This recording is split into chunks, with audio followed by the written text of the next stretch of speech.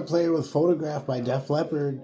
This guy's a classic. What I'm focusing on for this particular song is just that chorus piece that's climbing up. It's really a beautiful piece of music on guitar, I think.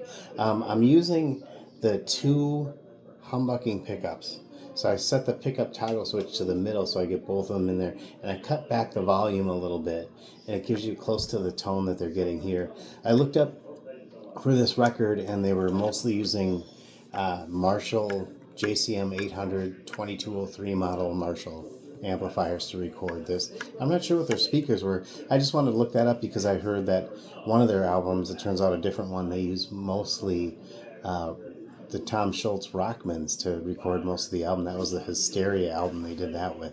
But not on this album. Anyway, great tone. They always are known for just great tone. So this really helps. Again, both humbucking pickups set to the middle pickup position.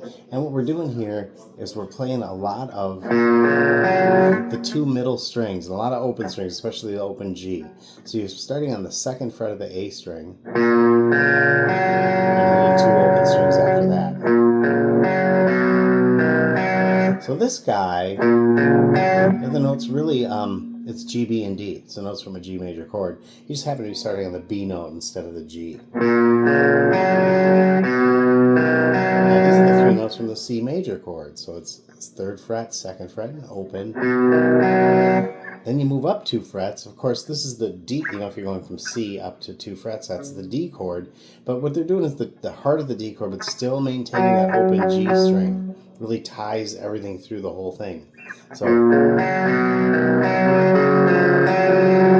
have the 2 notes from the D chord, and then still the open G. Then at this one, you're going to just only move up the fretted note at the 5th fret on the A string, move that up to 7th fret on the A string.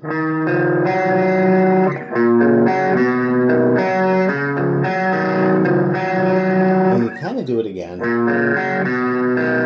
This time go backwards, go to the higher big stretch one first. Then back to the other one.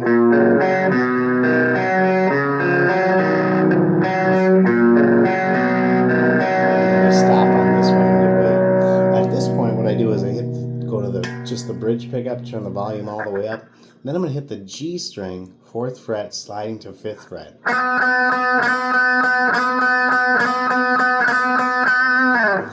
Really a cool part too. It's just simple, but it really works. And then you have the main riff of the song, which I played in a little introductory thing. But we'll get into that some other time. But this is the main thing I wanted to focus on here. What the cool part here is I always talk about music having a background color, being that, like, that's how the key of the song works, is one main color for the background, everything compared against that. Notice in these chords there's always an open G.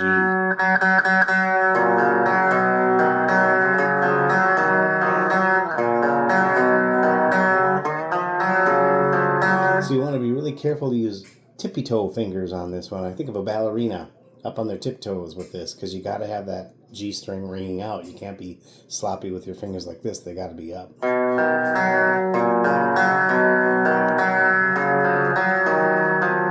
It's especially hard to get it on this big stretchy one, because you got to be up on your tiptoes or tippy fingers, right?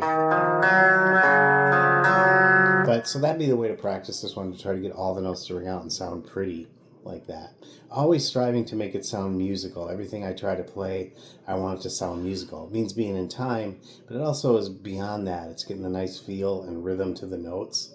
So the downbeats, usually each downbeat of every measure, every downbeat that you tap your foot to, that note is typically played louder. Now in this one, it's the note on the A string that's played a little bit louder.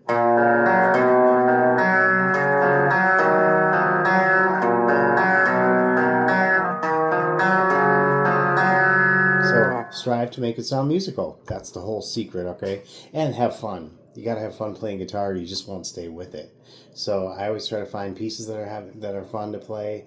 A lot of people would have their kids going to music lessons, and they'd say, oh, they want to play guitar, but I'm going to make them play piano first. I'm always against that, in that if you have an interest in something, you want to feed that interest. It's not mandatory to play guitar. People can survive their whole life without being a guitar player. Maybe I couldn't, but other people could. So I'm of the belief system that it should be always fun. You should always be trying to have fun with it, at least to get it going.